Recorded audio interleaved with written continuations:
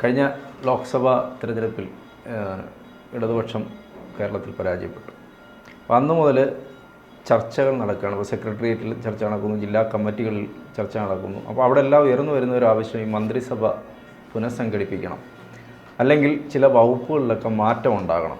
സാധാരണഗതിയിൽ അങ്ങനെ ഒരു തെരഞ്ഞെടുപ്പ് തോറ്റാൽ ഇടതുപക്ഷത്തെ സംബന്ധിച്ച് അങ്ങനെ ഒരു പുനഃസംഘടന കോൺഗ്രസ്സിൽ അത് ഉണ്ടാകാറുണ്ട്, പക്ഷേ ഇടതുപക്ഷം നയിക്കുന്ന മന്ത്രിസഭയിൽ അങ്ങനെ ഉണ്ടാകാറില്ല.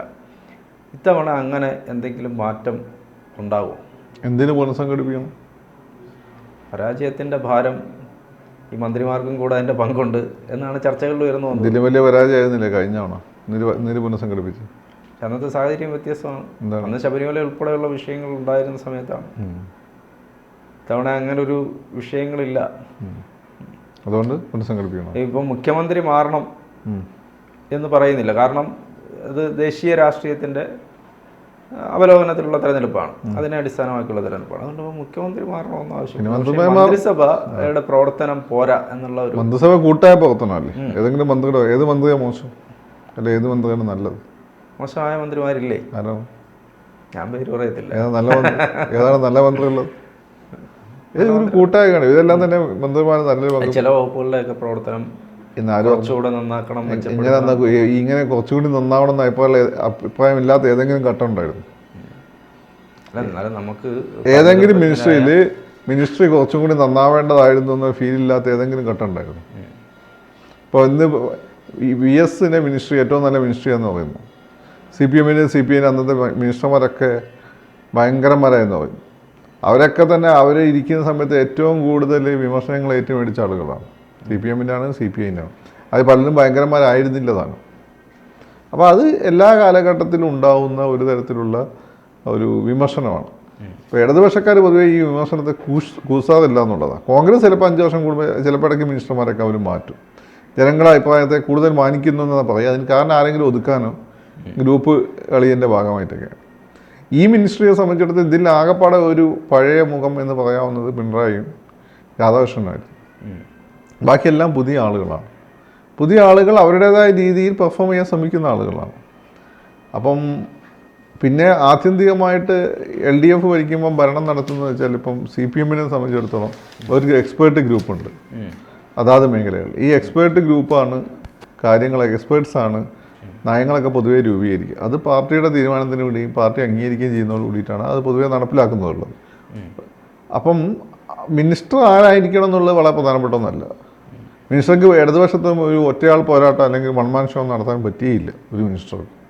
അതുകൊണ്ട് ഈ ഒരു പരാജയത്തിൻ്റെ അടിസ്ഥാനത്തിൽ അങ്ങനെ ഒരു മിനിസ്ട്രിയിൽ മാറ്റം വരും എന്ന് എനിക്ക് തോന്നുന്നില്ല. ഞാൻ ചോദിക്കുന്നത്, പ്രഗത്ഭമതികളായ ഒട്ടേറെ മന്ത്രിമാരെ നമുക്കുണ്ടായിട്ടുണ്ട്. KR ഗൗരിയമ്മ, അല്ല ഞാൻ പറയുന്നത് M.M. ഗോവിന്ദൻ നായർ, ഇങ്ങോട്ട് വരെയാണ് E. ചന്ദ്രശേഖരൻ നായർ, പിന്നെ അതിനുശേഷം തോമസ് ഐസക്. മോശപ്പെട്ട മന്ത്രിയല്ല ആയിരുന്നോ? അല്ലാതാണ് അത്ര കൊള്ളിലായിരുന്നൊക്കെ ഇപ്പം പലരും പറയുന്നത്, എനിക്കറിയില്ല. തോമസ് ഐസക് മോശം മന്ത്രിയാണെന്ന് എനിക്ക് വ്യക്തിപരമായ അഭിപ്രായമില്ല. അതെ, നമ്മളെ അഭിപ്രായമല്ല. ഇപ്പം നിങ്ങളിപ്പോൾ പൊതു വിമർശനം എടുത്ത് നോക്കുകയാണെങ്കിൽ കേരളത്തിൽ ഇന്ന് കാണുന്ന സാമ്പത്തിക പ്രതിസന്ധി എല്ലാം ഐസക്കിൻ്റെ വലിയ കോൺട്രിബ്യൂഷൻ ഉണ്ട് എന്നാണ് പല ആളുകളും പുറത്തുനിന്നൊക്കെ പറയുന്നത്. അത് വിചാരിച്ചിട്ട് അതായത് പറഞ്ഞത്. പിന്നെ ഞാൻ അങ്ങോട്ട് കാരണം പറഞ്ഞു, എളമരം കരീം, G. സുധാകരൻ, പിന്നെ 87 ശിവകുമാർ ആരോഗ്യവകുപ്പ് മന്ത്രിയായിരിക്കുമ്പോഴാണ് കോൺഗ്രസില് കേന്ദ്ര ഗവൺമെന്റ് ഏറ്റവും മികച്ച ആരോഗ്യവകുപ്പിനുള്ള അവാർഡ് കിട്ടിയത്. തൊട്ട് മുമ്പ് ശൈലജ. അപ്പോൾ ഞാൻ പറയുന്ന ഈ തിരുവഞ്ചൂർ രാധാകൃഷ്ണൻ, കണ്ണൂർ രാഷ്ട്രീയ കൊലപാതകത്തിൽ യഥാർത്ഥ പ്രതികളെ പിടിച്ച മന്ത്രി. അല്ല, ഇവരെ ജനകീയതയും കൂടെ ഒരു ഘടകമല്ലേ ഇത്തരം, പ്രത്യേകിച്ച് ജനകീയ CPMന് അങ്ങനെ ബൂർഷ്വാസി പറയുന്ന അല്ലെ ബൂർഷ്വാ പത്രങ്ങൾ പറയുന്ന വലതുപക്ഷ മാധ്യമങ്ങൾ പറയുന്ന ജനകീയത CPM കണക്കാക്കില്ല. അതേ സമയം പാർട്ടിയുടെ തീരുമാനമാണ്, പാർട്ടിയുടെ ബോധ്യമാണ് പ്രധാനം. അല്ല, അങ്ങനെ നമ്മൾ ചിന്തിക്കുന്ന ഒരു ഘട്ടം കഴിഞ്ഞു പോയില്ലേ? അങ്ങനെ ഘട്ടം കഴിഞ്ഞത് പാർട്ടിക്ക് നേരെ തോന്നിയിട്ടില്ല. അല്ല, പാർട്ടിക്ക് തോന്നി തുടങ്ങണ്ടേ? പാർട്ടിക്ക് അവർക്ക് നേരെ തോന്നിയിട്ടൊന്നുമില്ല. അത് എനിക്ക് തോന്നുന്നില്ല. ഇപ്പം തിരുത്തും എന്നൊക്കെ പറഞ്ഞാൽ മാധ്യമങ്ങൾ അല്ലെങ്കിൽ ചില കാര്യങ്ങൾ ശ്രദ്ധിക്കേണ്ടതുണ്ട് എന്നൊക്കെ പറയുന്നത്, ഇങ്ങനെ മാധ്യമങ്ങൾ നിരന്തരം ചോദിക്കുമ്പോൾ നിങ്ങളോട് എന്തായാലും ഉത്തരം കൊടുത്തേണ്ട, അതുകൊണ്ട് പറയുന്നതാണ്. അല്ല, അതൊരു കാര്യം തിരുത്തുമെന്ന് എനിക്ക് തോന്നുന്നില്ല. തിരുത്തണമെങ്കിൽ ഈ പഞ്ചായത്ത് ഇലക്ഷനിലും നിയമസഭാ ഇലക്ഷനിലും തോൽവി വന്നു കഴിഞ്ഞാൽ തിരുത്തും. പിന്നെ ഇപ്പം തിരുത്തണമെന്ന് വെച്ചാൽ ഈ ആലപ്പുഴ കുറച്ച് ഈഴവ വോട്ടുകൾ മാറിപ്പോയിട്ടുണ്ട്. അതിവിടെ ആറ്റിങ്ങൽ സംഭവിച്ചിട്ടുണ്ട്. തൃശ്ശൂർ സുരേഷ് ഗോപി ജയിച്ചു. ഇതാണ് ഈ തോന്നൽ പുറത്തെങ്കിലും ഒന്ന് കുറച്ച് വെറുതെ ഒന്ന് അഡ്മിറ്റ് ചെയ്യാനെങ്കിലും കാരണമായത്. അത് പക്ഷേ അടുത്ത പഞ്ചായത്ത് ഇലക്ഷനിലൊക്കെ അതിൻ്റെ റിപ്പക്കേഷൻ ഉണ്ടെങ്കിൽ മാത്രമേ അത് സീരിയസ് ആയിട്ട് എടുക്കുള്ളൂ. കാരണം ലോക്സഭയിൽ പ്രത്യേക തരത്തിലുള്ള ഇലക്ഷനാണ് നടന്നിട്ടുള്ളത്. അപ്പോൾ അതിൻ്റെ ഒരു ഇമ്പാക്റ്റ് ആയിരിക്കാമെന്നാണ് കരുതുന്നത്. ലോക്സഭ ഒരു വലിയ നിയോജക മണ്ഡലമാണ്. അപ്പം ഒരുപാട് എല്ലാവരുമായിട്ടും ബന്ധം ഉണ്ടാവില്ല. ഇപ്പോൾ നമ്മുടെ നാട്ടിലെ ഏറ്റവും ജനങ്ങളെ നിത്യനിദാന പ്രശ്നങ്ങൾ ഏറ്റവും കൂടുതൽ ഇടപെടുന്ന ആരാണ്? എല്ലാ സ്ഥലത്തും നിങ്ങൾ നോക്കിയാൽ ഇപ്പോൾ RSS ചില BJPക്കാർ ചില മേഖലയിൽ ഇടപെടും, മുസ്ലിം ലീഗുകാർ ചില മേഖലയിൽ ഇടപെടും. പക്ഷേ കാസർഗോഡ് ടു കന്യാകുമാരി വരെ ജനങ്ങൾ നിരന്തരം അവരുടെ ജീവൽ പ്രശ്നമായിട്ട് കാണുന്നത് CPM തന്നെയാണ്. CPM സഖ്യത്തിലുള്ളതുകൊണ്ട് CPIക്കാരും ജയിക്കും. അപ്പോൾ അതുകൊണ്ട് ഈ നിയമസഭ എന്നൊക്കെ പറയുമ്പോൾ ഒരു കുറച്ച് പഞ്ചായത്തുകളുള്ളൊരു മണ്ഡലമാണ്. പഞ്ചായത്ത് എന്ന് വെച്ചാൽ അവർ ദിവസം അവർ കാണുന്ന നെക്സ്റ്റ് ഡോർ ബോയ് ആണ് അവരുടെ കാര്യങ്ങളൊക്കെ ചെയ്യുന്നത്. അത് CPM തന്നെ ആയിരിക്കും. അപ്പോൾ ഈ പാർട്ടിയുടെ അടിത്തറയിൽ അവർക്ക് വലിയ വിശ്വാസമുണ്ട്. ഈ ഇലക്ഷൻ അങ്ങനെ സംഭവിച്ചിട്ടുണ്ടെങ്കിൽ അത് അടുത്ത പഞ്ചായത്ത് ഇലക്ഷനിൽ വലിയ തിരിച്ചടി വരികയാണ്. ചിലപ്പോൾ അവർ സീരിയസ്ലി മാറ്റി ചിന്തിക്കും. അങ്ങനെ നിങ്ങൾ മാറ്റി ചിന്തിച്ചാൽ പെട്ടെന്നൊന്നും മാറ്റി ചിന്തിക്കാനും പറ്റില്ല ഈ രാഷ്ട്രീയത്തിൽ. ഇതൊരു രാജധാനി എക്സ്പ്രസ് സ്റ്റോപ്പ് ചെയ്യുന്ന പോലെയാണ്. നിങ്ങൾ ഒരു പ്രത്യേകിച്ച് ഒരു എന്തെങ്കിലും കണ്ടാൽ രാജധാനി എക്സ്പ്രസ് സ്റ്റോപ്പ് ചെയ്യാനും പറ്റില്ല. അത് അത്രയും ബോഗികളുള്ളതാണ്. ഇടിഞ്ഞു വന്ന് വീഴും. അല്ല, എന്നാലും ഒരു തോൽവി, ഇത്രയും കനത്ത തോൽവി വരുമ്പം കൃത്യമായൊരു പഠനവും എന്തുകൊണ്ട് നമ്മൾ തോറ്റു എന്ന് പഠിക്കണ്ടേ? അതവർ പഠിക്കുന്നില്ല. അവരിപ്പം പഠിച്ചെന്താ മനസ്സിലാക്കി ലോക്സഭയിൽ ഒരു പ്രത്യേക തരത്തിലുള്ള കോൺഗ്രസിനെ ശക്തിപ്പെടുത്തേണ്ട ആവശ്യമുണ്ട് എന്നുള്ളൊരു കാര്യം. രണ്ടാമത്തെ കാര്യം എന്ന് വെച്ചാൽ RSSകാർ പിന്നെ BJPക്ക് ഒന്ന് ക്ഷീണിപ്പിക്കാൻ വേണ്ടിയിട്ട് കോൺഗ്രസിൻ്റെ സീറ്റ് വിടാൻ വേണ്ടിയിട്ട് എസ്പെഷ്യലി പല മണ്ഡലങ്ങളിലും അവരുടെ A ക്ലാസ് അല്ലാത്ത മണ്ഡലങ്ങളിൽ കോൺഗ്രസിന് വോട്ട് ചെയ്തത്. ഇതൊക്കെയാണ് അവർ കണ്ടെത്തുന്ന കാരണങ്ങൾ. പിന്നെയെന്ന് വെച്ചാൽ പാർട്ടി ലീഡർഷിപ്പിന് ഇപ്പോൾ സംബന്ധിച്ചിടത്തോളം ജനങ്ങൾ ഒന്ന് ചില കാര്യങ്ങളൊക്കെ ഒന്ന് ശ്രദ്ധിക്കണമെന്നും ജനങ്ങളല്ല ഇവർ പാർട്ടിക്കാർ കൊടുത്തിട്ടുള്ള ഒരു പിന്നെ എന്താണ് ഒരു ചെറിയൊരു മുന്നറിയിപ്പ്. ഇതിലെല്ലാം ഉപരിയായിട്ട് ഇവർ തന്നെ ആസൂത്രണം ചെയ്താണെങ്കിലും ജനങ്ങളെ വെറുപ്പിക്കാൻ വേണ്ടിയിട്ട്. ഞാൻ പറഞ്ഞില്ലേ, തോറ്റു കൊടുത്ത് ജയിക്കുന്ന പരിപാടി ഉണ്ട് പിണറായിക്ക്. അപ്പം അങ്ങനെയാണെങ്കിലോ അതൊക്കെ അപ്പം നമ്മളിവിടുന്ന് ചർച്ച ചെയ്യുന്നത് കണ്ട് ഇത് നമ്മൾ പൊതുവേ അവർ അഡ്മിറ്റ് ചെയ്ത കാര്യങ്ങളാണ് പറഞ്ഞത്. ഇതിൽ അഡ്മിറ്റ് ചെയ്ത കാര്യങ്ങളിൽ ഈ പറഞ്ഞ ലീഡർഷിപ്പ് ജനങ്ങളും തമ്മിലുള്ള ഒരു ഗ്യാപ്പ് ഉണ്ടായിരിക്കാം. ജനങ്ങളെ ലീഡർഷിപ്പ് അണികളും തമ്മിലുള്ള ഗ്യാപ്പ് ഉണ്ടായിരിക്കുക എന്നുള്ളത് മാത്രമേ ഞാൻ കൂട്ടിച്ചത് എൻ്റെ ഒരു ഒബ്സർവേഷൻ ആയിട്ടുള്ളൂ. ബാക്കിയെല്ലാം അവർ അഡ്മിറ്റ് ചെയ്ത കാര്യമാണ്.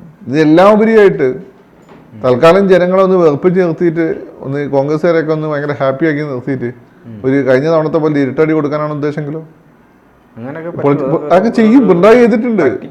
പിണറായിയുടെ ഏറ്റവും വലിയ കാര്യം വെച്ചാൽ 2 അടി മൂപ്പര് പതുങ്ങുന്നത് 4 അടി ചാടാൻ വേണ്ടിയിട്ടാണ്. അത് മൂപ്പര് ബോധപൂർവ്വം മാറ്റി ചെയ്യാൻ പറയുന്നല്ല ചെയ്യുക. ചില കാര്യങ്ങളിലെ പ്രസ്താവനകളെ കടന്ന് ജനങ്ങൾ വോട്ട് ചെയ്യാതിരിക്കും.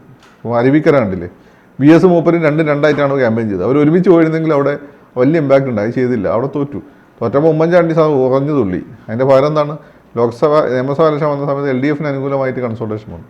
അതുപോലെ ചില കാര്യങ്ങൾ ജനങ്ങൾ തൽക്കാലം ഒന്ന് വെറുത്തോട്ടെ, പ്രശ്നമില്ല, അത് കഴിഞ്ഞിട്ട് ശരിയാക്കാം എന്നുള്ള ലൈനാണെങ്കിലും രാഷ്ട്രീയം എന്ന് വെച്ചാൽ ഓടിക്കയറൽ മാത്രമല്ല, പിൻവാങ്ങലും പതിയിരിക്കലും പിന്നെ കുതിച്ചാടലൊക്കെ അതിൻ്റെ ഭാഗമാണ്. ഇപ്പം കുതിച്ചു ചാടാനൊക്കെ ഉള്ള ശേഷി ഇപ്പോഴും CPMനുണ്ട്. അതുകൊണ്ട് ഭൂഷ്യ മാധ്യമങ്ങൾ പറയുന്നത് കേട്ടിട്ട് മന്ത്രിമാരെ മാറ്റേണ്ട ആവശ്യകതയൊന്നുമില്ല. അപ്പോൾ മന്ത്രിമാരൊക്കെ നല്ല രീതിയിൽ പെർഫോം ചെയ്യുന്നതാണ് പൊതുവെ പാർട്ടിയുടെ വിലയിരുത്തൽ. പാർട്ടി അങ്ങനെ ഒരു വിലയിരുത്തൽ ഉള്ളതായിട്ട് റിപ്പോർട്ടുകൾ വരുന്നില്ല. നമ്മൾ ഇല്ല എന്നുള്ള വിലയിരുത്തൽ വന്നിട്ടുണ്ടോ?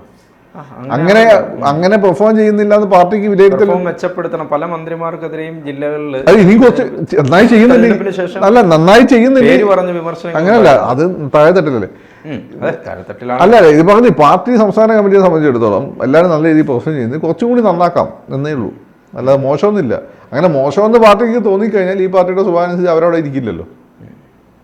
പാർട്ടി പറയുന്നത് പാർട്ടിയുടെ ഒരു രീതിയല്ലേ. ഇപ്പൊ മോശം ഒരു മന്ത്രി അയാള് മോശമാണെങ്കിൽ അങ്ങനെ ഏതെങ്കിലും മന്ത്രി മോശമെന്ന് പാർട്ടി പറഞ്ഞോ? ഇടയ്ക്ക് വെച്ച് മാറ്റുക എന്ന് പറഞ്ഞാൽ തെറ്റായ ഒരു സന്ദേശം. അങ്ങനെ രീതി കമ്മ്യൂണിസ്റ്റ് പാർട്ടിക്കില്ല, കോൺഗ്രസിനുണ്ട്. കോൺഗ്രസ് പോലും പല ആളും നിർത്തിക്കൊണ്ടിരുന്ന പല ഒതുക്കാൻ വേണ്ടിയിട്ടായിരുന്നു. അങ്ങനെ ഒതുക്കലൊന്നും കമ്മ്യൂണിസ്റ്റ് പാർട്ടി പൊതുവേ നമ്മൾ അങ്ങനെ കണ്ടിട്ടില്ല. മാത്രമല്ല ഉമ്മൻചാണ്ടി സാറിന്റെ സമയത്ത് വലിയ രീതിയിലൊന്നും ആരെയും മാറ്റിയിട്ടില്ല. അവസാന ടൈമിൽ ഇതേ മന്ത്രിമാരെ വകുപ്പുകൾ അങ്ങോട്ടും ഇങ്ങോട്ടും മാറ്റിയെന്നല്ലാതെ മാറ്റിയിട്ടില്ല. അതെന്ന് വെച്ചാൽ രമേശ് ചെന്നിത്തല ഉൾക്കൊള്ളാൻ വേണ്ടിയിട്ട് ആഭ്യന്തരം എടുത്തിട്ട് ഇദ്ദേഹത്തിന് ആഭ്യന്തരം രമേശിന് കൊടുക്കുകയും റവന്യൂ തിരഞ്ജൂരിന് കൊടുക്കുകയും ആരോഗ്യം ശിവകുമാറിലേക്ക് പോവുകയും അങ്ങനെ ഒരു മാറ്റം വന്നല്ലേ ഉള്ളൂ. എന്തായാലും നമുക്ക് മന്ത്രിസഭ മാറുമോ അല്ലെങ്കിൽ വകുപ്പുകളിൽ മാറ്റം ഉണ്ടാകുമോ എന്നൊക്കെ ഉള്ളത് അതിൻ്റെ കമ്മ്യൂണിസ്റ്റ് പാർട്ടിയുടെ സ്വഭാവം വെച്ചിട്ട് അതിനൊരു സാധ്യത വളരെ കുറവാണ്.